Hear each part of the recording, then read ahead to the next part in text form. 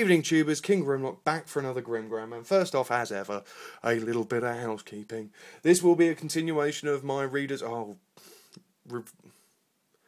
Viewers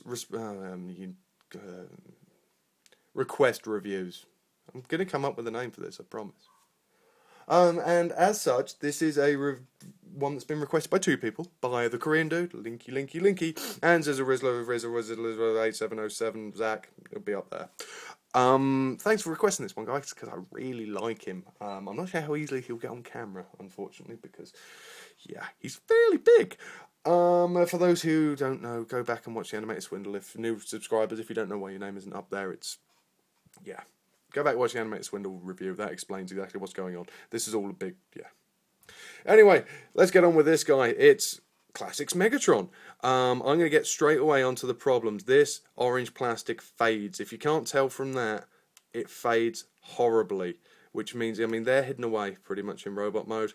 And it shows up. That isn't. That's on display at all times. And it fades horribly. I actually need to get another one to replace this guy. Or, you know, get one and put it in a box. We have a lovely, good click. Yeah. And he's a Nerf gun. Let's not deny it. He's a futuristic, he's a Nerf gun. And, you know, he doesn't fit too badly in the hand of an adult. You shouldn't fit in the hand of, because it's... let's put that back down before I break it. The sight kind of works. It's... Yeah. There you go. And aesthetically he's fine. He actually a bit Galvatron-y with all the purple and grey and everything. Not so much Megatron. I know that everyone raves about the Henke version with all the chrome and everything, but I think actually for this mould, I know the colour scheme isn't Megatron, but this mould, these colours work better. People say because I don't have the Henke one I'm saying that. Possibly. But having seen it, I'm not as big a fan as I am of this. What you do get with this, though, is some beautiful sculpted detail, and realistically, one of the greatest things, I mean, that's a lovely image going through there. One of the greatest things about this toy, and it sounds stupid, is the transformation. Because it's so, you know, I'm actually going to do something I don't normally do, and I'm actually going to show you, if I can, if it's going to open, I'm actually going to show you part of it. I mean, these panels come down either side. That's a layout. Can you imagine trying to get all that back in without the instructions? It's a nightmare. I mean, we have, obviously, leg, arm with fusing cannon, torso, an arm. It's just brilliantly. It's a great engineering feat. It's like they took the image of the Nerf gun and go on then, stick a transformer in that. Oh, thanks. Okay, it's Megatron. Brilliant. Let's get the neon green. Look at this colouring on that. The neon green. Energon reminds me so much of Energon Ultra Magnus. What do I want to keep saying Ultra Magnus? Energon Megatron. With all the Energon panels and everything just glowing and just powering up and making more powerful. It's really nice. But I'll tell you what, I'm going to transform him and then we'll have a look at this robot mode. And we have Megatron in his rather fantastic robot mode. I do really like this guy. It would be nice if I could have the confidence to do the mod to get rid of the wings so he looked a little more, I don't know, narrow rather than this massive bloke. But he looks lovely. He really is a nice representation. I'm not a big fan of the Noel Gallagher monobrow, but, you know, it's not that big a deal. And you can almost see the light piping. It's that good. Ugh, stand upright, you schmuck. You're not going to, are you? You're going to just tap dance your way across the floor.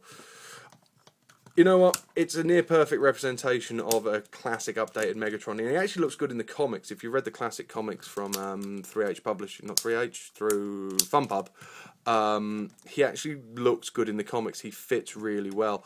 I'm not going to bother trying to get the top of those wings in the camera shot. It'll just nightmare up. Downside, guess what? The fusion cannon. It's the wrong way up. The fusion cannon should, of course, be on the upside down. You can twist things round so it looks like it's the right way up, but then his hand's the wrong way up. It's a silly thing, but you know what? It's wrong. Hasbro, you're wrong, damn it. That should be the other way up. But as a representation of Megatron, I have no qualms with this leading the Classics Universe chug line in front of them all. It fits really well. I'm glad they didn't just repaint this guy into Galvatron, even though Galvatron is crap, if you've watched my review of that. If the review for that goes up before this, who knows? I really don't know what will go up when. onto it. Let's get on with the actual review rather than me just bitching, shall we? Sculpted detail on the legs is superb. Colour scheme works really well. Sculpted detail on the arms, absolutely wonderful. I mean, this massive Decepticon symbol and the fusion cannon, it looks a bit big and chunky, and it is, you know, but it's sculpted, it's lovely. This chest, oh, I'm stroking a robot's chest. I feel slightly dirty. The sculpted detail on that Decepticon logo, the way it's picked out, is amazing. And this is going to sound really, really pedantic, but two things I love. They've bothered to fill in the detail for the ratchet.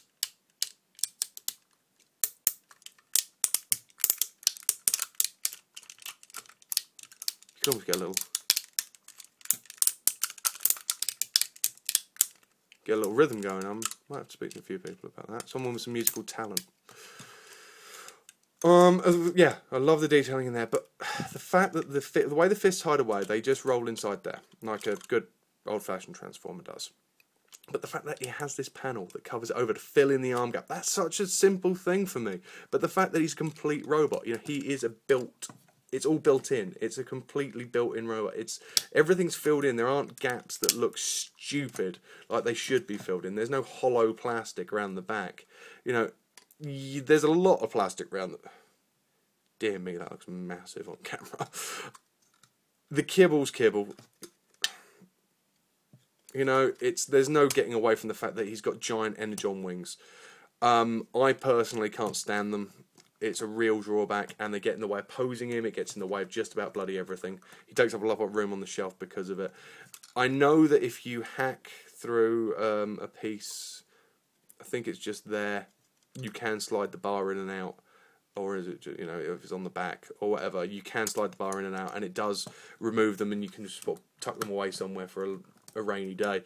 But I don't want to do that with this. I might do that with this one when I get my other one. I probably will do that with this one when I get my other one, just so I've actually got one I can display and one I can keep, so I don't have to worry about him bloody fading. Stand up, you pillock.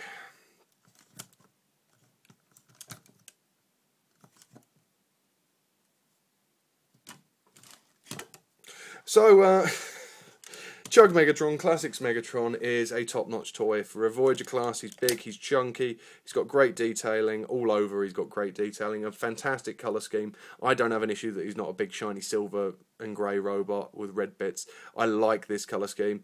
You know, ignore that, and you have a fantastic looking Megatron.